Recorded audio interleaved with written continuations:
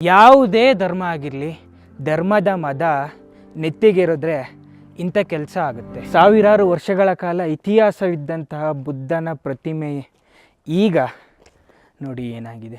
ಈ ಜಾಗ ಅಂತೂ ಚಿನ್ನದ ಭೂಮಿ. ಅಲೆಕ್ಸಾಂಡರ್ ದ ಗ್ರೇಟು, ಚೆಂಗೀಸ್ ಖಾನು, ತೇಮೂರು ಎಲ್ಲರೂ ಈ ಜಾಗನ ವಶಪಡಿಸ್ಕೋಬೇಕು ಅಂತ ಆಸೆ ಪಟ್ಟು ಅಟ್ಯಾಕ್ ಮಾಡಿ ಅಷ್ಟು ಅಟ್ಯಾಕ್ ಮಾಡಿದ್ರು. ಯಾಕೆ ಅಂತಂದರೆ ಈ ಮಣ್ಣಲ್ಲಿ ಚಿನ್ನ ಬರಲ್ಲ, ಬದಲಾಗಿ ಈ ಜಾಗ ಇದೆಯಲ್ಲ ಇದು ವರ್ಲ್ಡಲ್ಲೇ ಅತಿ ಹೆಚ್ಚು ಟ್ಯಾಕ್ಸ್ ಕಲೆಕ್ಟ್ ಆಗ್ತಾ ಇತ್ತು ಈ ಜಾಗದಲ್ಲಿ. ಪರ್ಷಿಯಾದಿಂದ ಇಂಡಿಯಾಗೆ ಓಲ್ಡ್ ಸಿಲ್ಕ್ ರೋಡ್ ಇತ್ತಲ್ಲ, ಆ ಜಾಗದ ಟೋಲ್ ಟ್ಯಾಕ್ಸು ಇಲ್ಲೇ ಕಲೆಕ್ಟ್ ಆಗ್ತಾ ಇತ್ತು. ಆನೆ ಮೇಲೆ, ಒಂಟೆ ಮೇಲೆ, ಪ್ರಾಣಿಗಳ ಮೇಲೆಲ್ಲ ಗೂಡ್ಸು ಒಂದು ಜಾಗದಿಂದ ಇನ್ನೊಂದು ಜಾಗಕ್ಕೆ ಹೋಗ್ತಾ ಇರಬೇಕಾದ್ರೆ ಇಲ್ಲಿಂದನೇ ಹೋಗಬೇಕಾಗಿತ್ತು.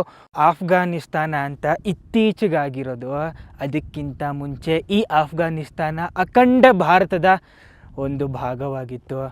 ಇಂಡಿಯಾ, ಪಾಕಿಸ್ತಾನ, ಆಫ್ಘಾನಿಸ್ತಾನ ಇನ್ನು ಎಷ್ಟೊಂದು ದೇಶಗಳು. ಅಖಂಡ ಭಾರತ ಮ್ಯಾಪ್ ಸರ್ಚ್ ಮಾಡಿ ನಿಮಗೆ ಆಶ್ಚರ್ಯ ಆಗ್ಬಿಡುತ್ತೆ. 6ನೇ 7ನೇ ಶತಮಾನದಲ್ಲಿ ಕಟ್ಟಿದಂತಹ ಈ ದೊಡ್ಡ ಬುದ್ಧನ ಸ್ಕಲ್ಪ್ಚರು ಈಗಿಲ್ಲ.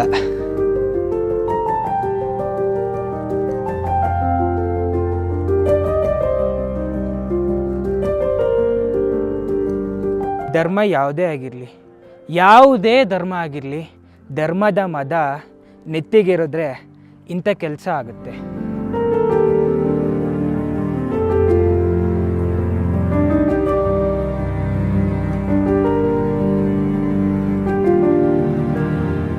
ಅಲೆಕ್ಸಾಂಡರ್ ದ ಗ್ರೇಟು, ತೈಮೂರು ಇಂಥವರೆಲ್ಲ ಅಟ್ಯಾಕ್ ಮಾಡಿದ್ರು.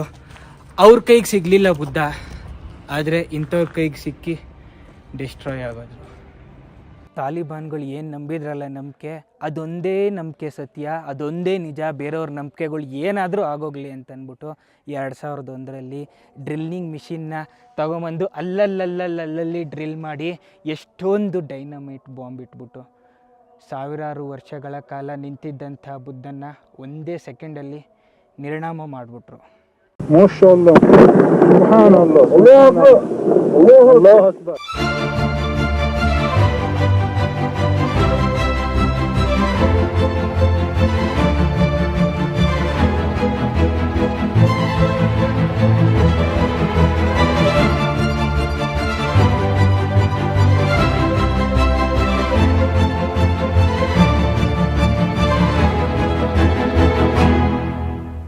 ಸಾವಿರಾರು ವರ್ಷಗಳ ಕಾಲ ಇತಿಹಾಸವಿದ್ದಂತಹ ಬುದ್ಧನ ಪ್ರತಿಮೆ ಈಗ ನೋಡಿ ಏನಾಗಿದೆ.